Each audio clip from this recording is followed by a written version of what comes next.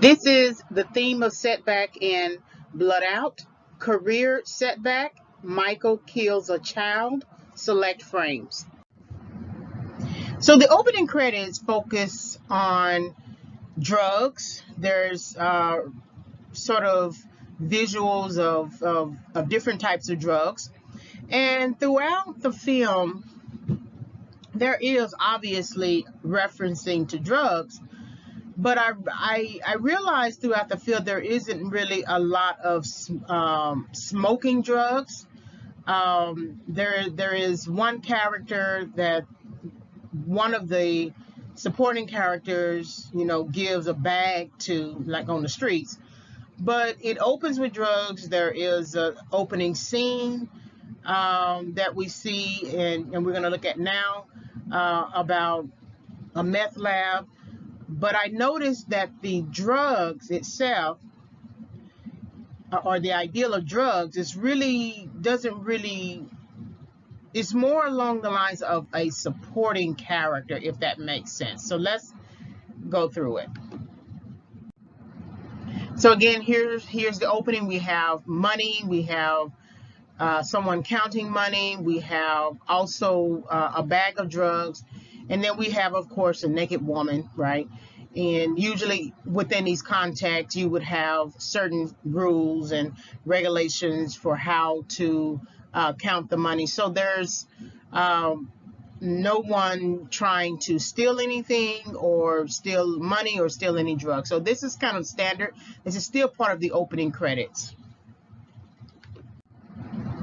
And we have some kind of setting. So the film, the writer director gives us different types of settings, but they do tend to be the types of settings that are maybe the area is economically depressed or distressed. And so here's one type of setting here. So now we are looking at Michael Savion. He's the lead on this particular task. They are still small town lawmen, but they are confronting a meth lab crisis, in a sense, people creating meth labs out of their homes. So they are prepared to go in, storm the place, take everyone into custody, and hopefully it is a clean operation. So this helps to set the tone for the particular movie, and it sets the tone for the person who is the leader, because you will see Michael Savion later conduct the same kind of exercise while he's undercover for the gang. So we have Michael Savion here leading off, telling his crew what they're going to do, how to conduct themselves, and what they should expect. This is juxtaposed against like the neighborhood. So no matter what, even if we have criminals creating a meth lab, we are still in a neighborhood. And this truck that is coming by is the truck that is going to be the team of officers who are going to storm. So it's really disguised as a furniture truck, I think a mattress truck. So we have kids playing in the yard. We have a dog. And it is seemingly just a simple neighborhood, right? And we don't seem to think that there's going to be any sort of issues other than kids playing in a yard who should not also be playing in the water or in the mud. So now we have this angle of the officers coming out and getting ready to storm the house. I guess it looks like a trailer. And the young girl here in the stars shirt notices them. And she basically suggests, asks the other kids, do you want to play cops and robbers? Even the dog is sort of oblivious to what's going on. Usually dogs oftentimes will notice things that are sort of out of order and begin to run after it or attack it. This dog here doesn't have any clue or doesn't even care to have a clue about the two officers or the officers that are jumping out of the truck. Again, we usually see dogs running after cops, running after anything that looks foreign. So you almost have to wonder if the cops coming to this area, if it's truly foreign, or if it's a normal thing, because it seems like this scene here, if you look at the scene here, it seems like it's out of the ordinary in the sense of our common understanding of how kids might react, how the dog might react. Usually, if kids see someone coming into the neighborhood who doesn't look like the normal person, they often run up to the person and say hi and befriend. But even the kids are staying in place, and that could, of course, be the writer director's decision making here to sort of tell us that this may be just a normal day where we see cops jumping out of a mattress furniture truck and going in and storming a meth lab. But I think it's interesting how that dog is not even running after them. So here's another angle. This is show of force. So it tells you that this is a very serious thing. It's not like a couple of cops driving up to the house to conduct a warrant. This is something that required some kind of intel, some kind of research. They are definitely prepared. They have the appropriate gear. They have taken all of the appropriate precautions. So we know that this is a focused operation that is going to require concentration and coordination. So this is a typical signal that the leadoff would do, sort of hold his hand on one of the operator's shoulders, and then move it or tell the person when it's time to go in. So this is a way that, in a way that Michael Savion's character is timing his own men, the writer director is also timing them too. So that's something that you want to think about.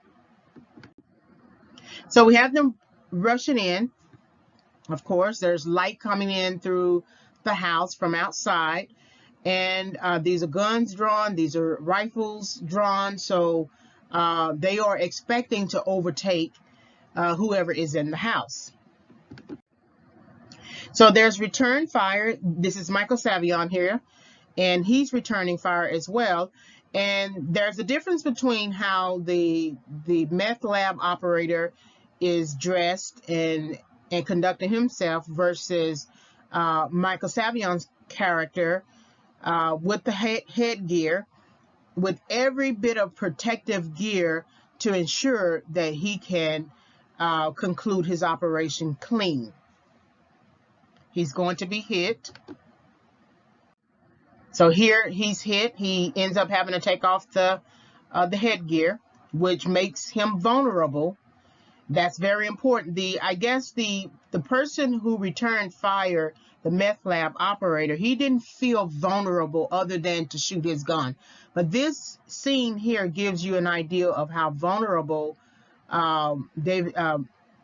Michael Savion's character is here. And it's interesting that he's vulnerable here as a cop leading an operation to close down a meth lab with headgear off. But when he enters and when he transforms himself and becomes a gang member of the assassins and goes in and under his own sort of operation solo, there is no real care and concern for vulnerability. So make sure you note the difference. So the guy runs out, there's a gun, and it's expected that one of the men will begin to take chase. Michael Savion comes in. Again, he doesn't have the gear. He doesn't have the headgear, so he's not concerned about that. I would think, knowing that the perpetrator is going to always return fire, that he would have kept the gear on. So you almost have to wonder how much setback plays a factor, because it's, there are normal time setbacks. It's clear that when the perpetrators, the operators of the meth lab return fire, that's a normal setback. It's them trying to set back the officers from, getting too close.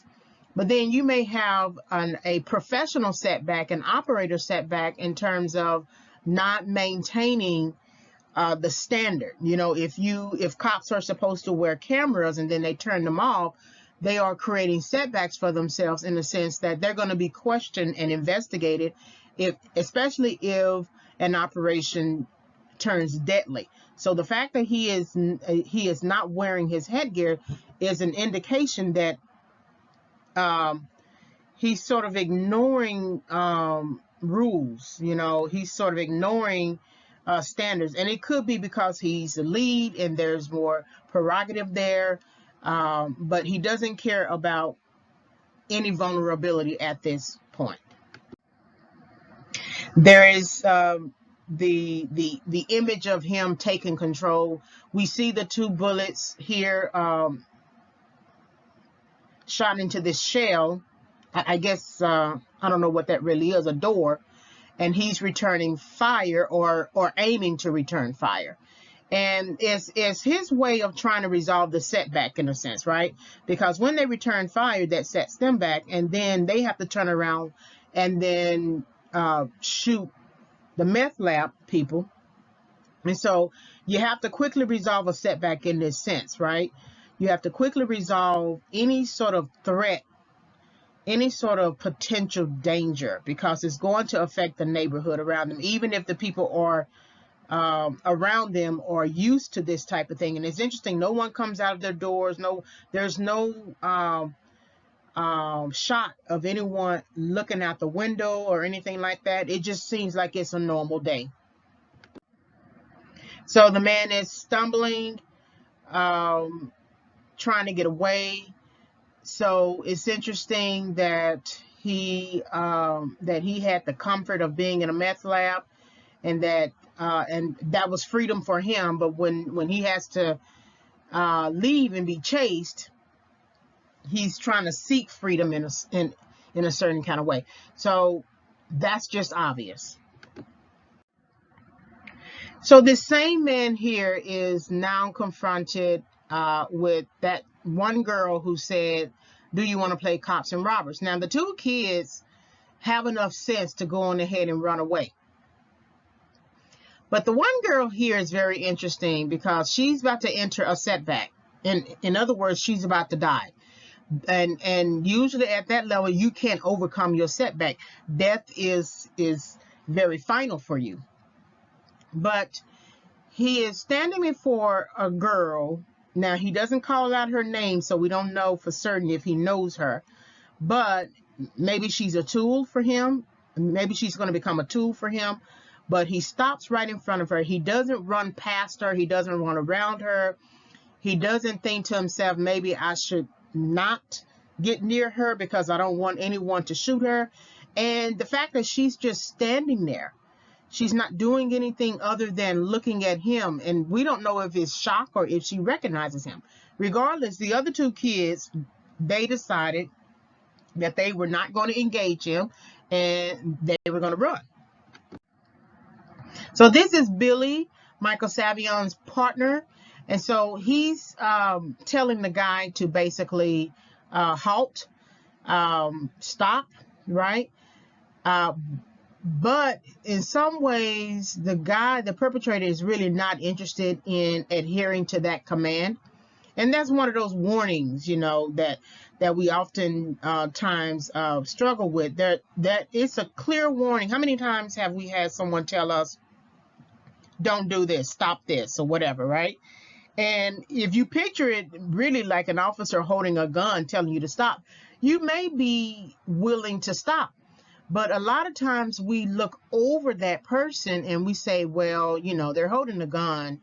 They got the tactical gear on, they got a hat and everything, but you know, that really doesn't apply to me. So whatever is going on with him, he's just gonna have to shoot at somebody else, because it really doesn't apply to me. I'm gonna keep walking. So the perpetrator is holding a gun to the girl, and that is clearly by reflex. But it's sort of like a life setback too when you think about it, because how do you get to a point in your life when you are holding a gun in front of a girl, in front of a child? Okay, say for instance, we understand that you decided to conduct a meth lab, right? Create meth in your house. But how do you get to a point? What are the steps that lead up to you eventually holding a gun, holding a girl hostage with a gun, and then having your hand out as if you are asking for mercy? But the interesting thing is that you're not really showing mercy to this young girl who is the target of your gun. So that's kind of like irony. So we have this image. The guy is still in front of the girl. Billy is still trying to hold him, get him to um, heed his commands. And then Michael Savion shoots. He slides up under a ring of clothes and he shoots. And the interesting thing about shooting, he's not shooting with real direction. He's shooting because he sees the back of the man, and he's shooting both guns. And, you know, you would think to yourself, why would you need both guns?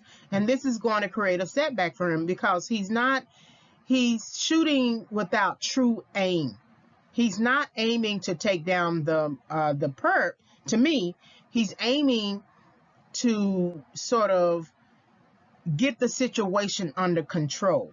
And so the perp just so happened to be there, because he didn't necessarily have to aim the guns in the back. I mean, he could have shot him in the leg, but he slides in under those clothes that are hanging and just shoots. And this is him right here, surprised, of course, but you look at his face and you wonder why he didn't put his aggression in check. Because remember, he is aware of the kids in the yard. So that means if he is aware of the kids in the yard, he would need to be careful not to endanger them. So to shoot aimlessly without real focus is counter to what you see when he is conducting the team in the truck, and then when he gets to the door and he's conducting, and then how he manages himself throughout the whole operation. So he's here reckless, and he's creating a setback for himself simply because of his decision to shoot before he saw. So after he shoots the gun, the guy is hit, and the girl is going to be hit too. I couldn't tell in the movie if it was like a ricochet, but it was clear enough that those two guns, those two shots basically affected those two people. And here we see Michael Savion holding the young girl. The other men are coming to solve this particular setback by providing emergency services. So, you know, whenever we have setbacks, there are services that will kind of help us, that will come along and help us, you know, get over it or whatever. But sometimes some setbacks you may never overcome those setbacks. You know, this young girl dying on the ground is not something that you can overcome. And Michael Savion having to hold her in his arms is an image that is going to stay with him, and that's going to be part of his own setback. He doesn't necessarily talk about the girl throughout the film, which is very interesting, that there's no real emotion concerning it. There's no reflecting on it or thinking about it or saying anything about it. He just jumps into um, the next decisions he makes. So the emergency services are being rendered here, and he's holding her arm. There is at least one kind of flashback of him holding her arm, and we'll see why that's important. But I thought this image here was interesting, how this sort of white arm is against this black background, right, with his suit. And for all intents and purposes, his gear and all the protection that he has couldn't protect his decision making. The helmet, the gun, the gloves, the other tactical gear that he's wearing, that he didn't have enough insight to use that as an indicator to protect his decision making as well. So we're in the locker room. Billy just finished boxing, and this is kind of like a jump to the scene where they're kind of talking. There's no, it's interesting that we don't see Michael Savion really just holding his head, thinking, sitting down. It's like he's just packing up and getting ready to leave. He still has his gun in his holster, and so he's still considered a cop. But there's nothing that basically suggests that there's concern until he asks the captain a question. So here's the captain, and he's basically going over today's events and he's suggesting that nobody wins and everyone is, can be collateral damage at times. And so his face also, I thought, and I had to watch the movie twice, and I didn't notice him the first time, but his face is kind of just blank.